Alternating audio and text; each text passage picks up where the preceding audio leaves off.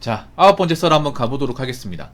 댓글 컨텐츠고 영상 제목, 소액생계비 대출 기사를 보며 느낀 점, 전재산 100만원도 없는 사람이 이렇게나 많았나 라는 영상에 달린 댓글입니다. 네, 많습니다. 소액생계비 대출. 자, 여기에 대해서는 뭐 많이 얘기했으니까 됐고, 바로 댓글을 읽어보도록 하겠습니다. 댓글이 꽤 길거든요. 소액생계비 대출을 왜 하는지 알려드리겠습니다. 과거에는 조신용자분들이 최대 20%짜리 일수를 많이 이용했는데 워낙 리스크가 큰 것이 많이 알려지고, 금융권에서도 이런 지하경제 양성화를 위해 소액생계비 대출이라는 제도가 생긴 겁니다. 이용하는 사람들은 자영업자, 공무원, 선생님, 일반 회사원, 직업군인 등등 정말 다양합니다. 각자 사정이 있겠지만 제가 본 절대 다수는 잘못된 소비 습관과 과도한 채무 때문에 신용관리가 안 되어서 이용하는 것입니다. 간혹 자영업이나 작은 회사를 차리신 사장님들도 고금리 대출을 받게 되는데, 장사가 안 되거나 자금 조달 날짜가 정말 아슬아슬하게 부족한 경우에 급적으로 이용하기도 합니다. 빚을 못 갚은 사람들이 얼마나 많았으면 요즘은 은행 창구에서 업무를 볼 때 대출이나 카드 연체가 없어도 직원이 놀라면서 참 잘했다고 칭찬해주는 세상입니다. 일반 서민의 경우 무모한 소비나 투자 절대 하지 마시고, 이런 고위험 대출을 이용할 일을 처음부터 만들지 마시길 바랍니다 라고 적어졌습니다. 네, 안 해야겠죠. 뭐 이런 사람도 있겠죠. 그러니까 이게 어떻게 보면 일수 대신 나온 거네. 일수.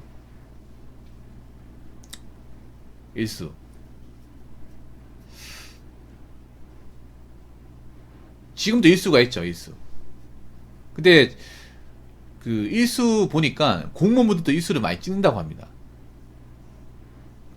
공무원분들도. 왜냐하면 이게 급전이 바로 나오니까, 금리가 높아도.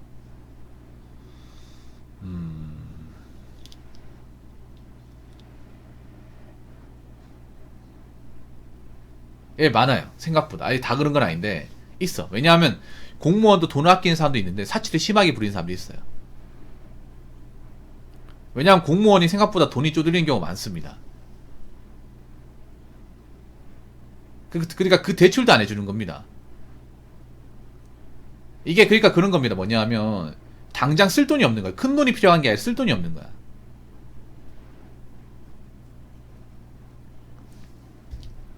당장 쓸 돈이.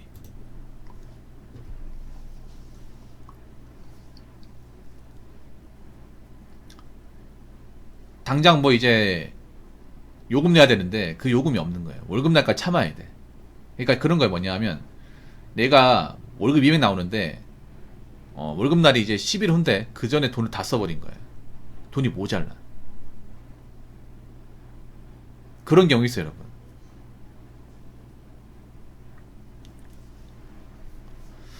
그렇기 때문에 이제 뭐 엄청나게 큰 돈이 필요한 게 아니라 생활비 같은 거 필요할 때 이런 일수 같은 거 많이 찾아요. 한 30만원, 50만원. 큰 돈 빌려고 하는 게 아니에요, 일수는. 생활비 같은 거 부족할 때 그걸 찾는 거예요.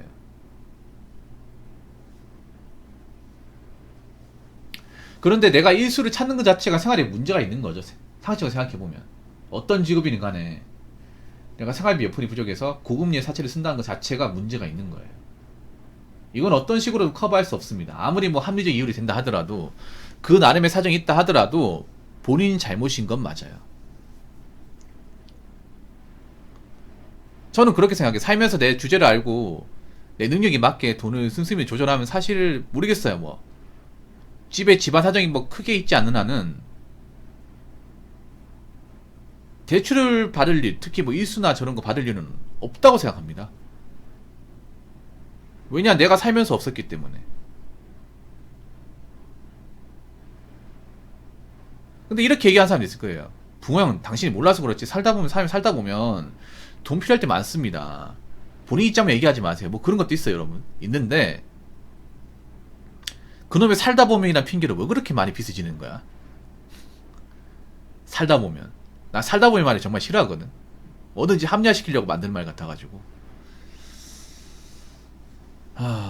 보통 보면 여기 보면 이제 자영업자, 공무원, 선생님, 일반 회사원, 직업군인 보면 저 중에 직업만 뭐 나쁘지 않을 뿐 내가 봤을 때는 그냥 공무원 중에서 좀 상태가 안 좋은 사람, 선생님 중에서 약간 금전 관리 못하는 사람, 회사원 중에서도 돈 관리가 안 되는 사람, 직업군인 중에서도 돈이 없는 사람, 그런 사람들이겠지.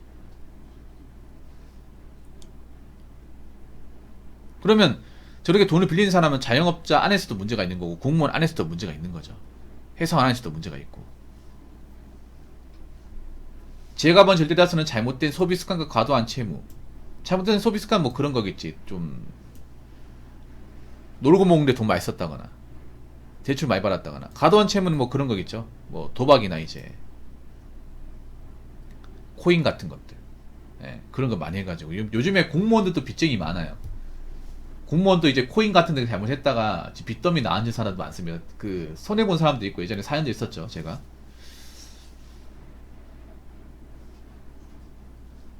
그래서 이미 대출을 받았기 때문에 아까 이렇게 얘기하는 사람이 있어. 아니 그 은행가 대출 받으면 안 되냐고 하는데 은행에 대출 받은 만큼 다 받았기 때문에 더 이상 안 나와서 그래요. 그 은행은 또 돈을 바로 주는 게 아니란 말이에요. 오래 걸리잖아. 심사도 해야 되고 당장 급전이 필요하단 말이야. 급전. 근데 그 급전이 없으니까. 근데 이거는 좀 문제가 있는 거죠 본인한테.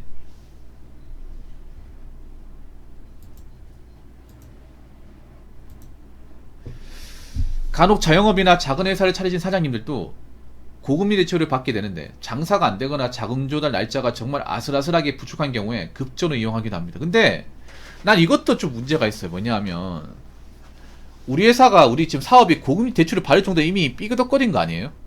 이미 상태가 갈 때까지 간 거 아니에요?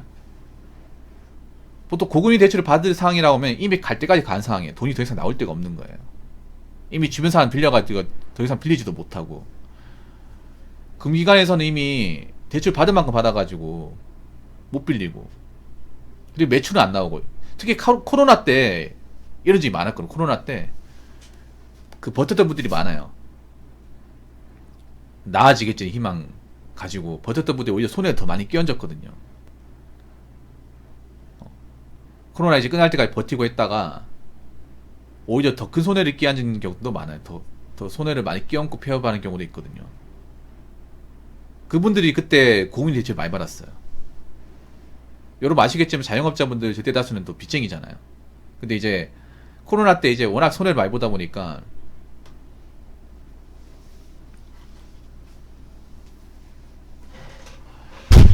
워낙에 손해를 많이 보다 보니까 이제 그 대출을 받아서라도 버티려고 했는데 그게 잘 안 되는 거죠 이게. 저는 그렇게 생각해요. 어떤 일이든 간에 고금리 대출을 받을 정도가 되면 이미 상태가 심하게 안 좋은 거예요. 나와야 돼. 포기해야 돼요. 물론 이렇게 얘기하는 사람도 있습니다. 사업하는 사람은 내가 어떻게 읽은 건데 이거 어떻게 포기하냐. 당신이 사업 안 해봐서 그렇다. 아니면 이번 한 번만 넘기면 된다고 생각하는데 보통 이번 한 번만 넘기면 되는 게 아니더라고요. 자기들 이번 한 번만 넘기면 된다고 하는데 아니더라고. 고비가 계속 있더라고요. 빚을 못 갚은 사람들이 얼마나 많았으면 요즘은 은행 창구에서 업무를 볼 때 대출이나 카드 연체가 없어도 직원이 놀라면서 참 잘했다고 칭찬해주는 세상입니다. 아니 대출을 제때 갚는 게 칭찬하는 겁니까? 칭찬? 이걸 참 잘했어요 얘기해줘야 되는 거야? 당연히 해야 되는 거 아니야? 당연히 할 일 한 것 뿐인데 칭찬해준다. 그럼 얼마나 대출 받았는데 연체가 되는 사람이 많은 거예요. 제때 못 갚은 사람이 왜 이렇게 많은 거야. 대한민국 진짜 사랑고시 못한 사람들이 많다는 얘기네요. 여러분 빚을 져놓고 못 갚으면 사랑고시 못하는 거죠 이거는.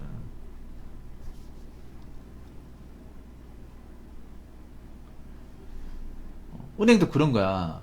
은행에서 대출 받아가는 사람 중에 제때 갚는 사람들이 그렇게 많지 않다는 거예요. 못 갚는 사람도 꽤 많다는 거지 이게. 그래서 은행 가보면 왜 그거 있잖아. 그 대출 이제 상담 전문을 하시는 분 있죠. 채권 추심하시는 분들. 예. 뒤에 보면 앞에 안 앉아 있고 뒤에 앉아 있어요. 남자 직원. 보통 남자 직원, 여자 직원 안 하고 그 남자 직원들이에요. 그분들이 무슨 역할을 하면 대출 연체되는 사람들 전화해가지고 언제 돈 줄 거냐고 이제 계속 이제 압박한 역할 하잖아요. 굉장히 바쁠 겁니다 요즘에.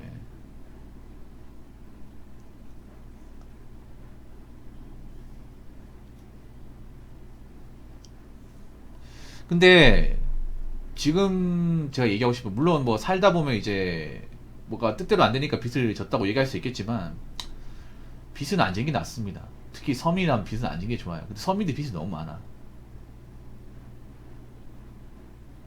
오히려 빚을 안 져서 힘들다기보다 빚을 졌기 때문에 인생이 더 난이도 올라가요. 자기들이 이런저런 핑계를 대겠죠. 잘해보려고 하다가 언제까 이러고 살 수 없잖아요. 뭐 이런 핑계를 많이 대는데, 근데 본인들이 책임지지 못하잖아요. 그럼 핑계밖에 됩니까 이게? 물론 뭐 돈 많이 가지고 이렇게 잘된 사람은 부럽지, 부러운데 지금 너무 자빠진 사람들이 많아요. 그런 거 하나 꽂혀가지고 점점 가면 갈수록 빚을 못 갚는 경우 많아질 테고, 빚을 못 갚으면 계속 은행에서는 압박을 줄 테고, 빚을 못 갚는 사람은 계속 이제 압박받으면 살 거예요. 그리고 지금 대한민국이 점점 빚을 갚기가 점점 어려워지고 있어.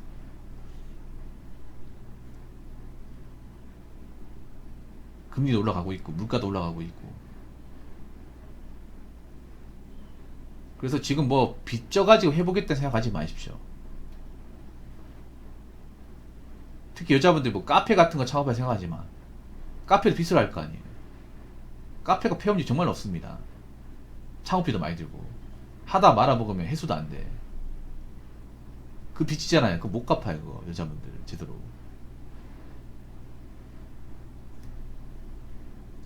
옥탄이 분명히 그런 사업이 있을 거예요. 구미공단 가보면, 아웃소싱 같은 데 가보면,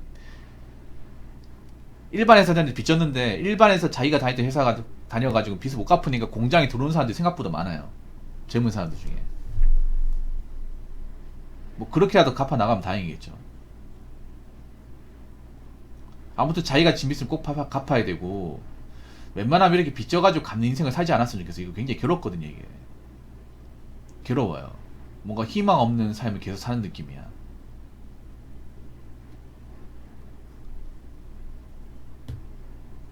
그렇게 해서 빚을 갚아 나가면 다행인데, 문제는 뭐냐면 또 빚을 지는 사람도 있어요. 공장 가보면, 아웃소싱 같은 데 가보면 빚져가지고 뭐 카드나 도박이나 아니면 이제 대출 빚져가지고 왔는데, 그걸 갚아 나가는 사람도 있는데 거기에 또 손대가지고 빚을 더 지는 사람도 있어요. 갈 때까지 가신 분들. 그렇게 되면 안 됩니다. 어찌됐건 간에 자신의 진 빚은 어떻게 갚으시고요, 잘 극복을 했으면 좋겠습니다.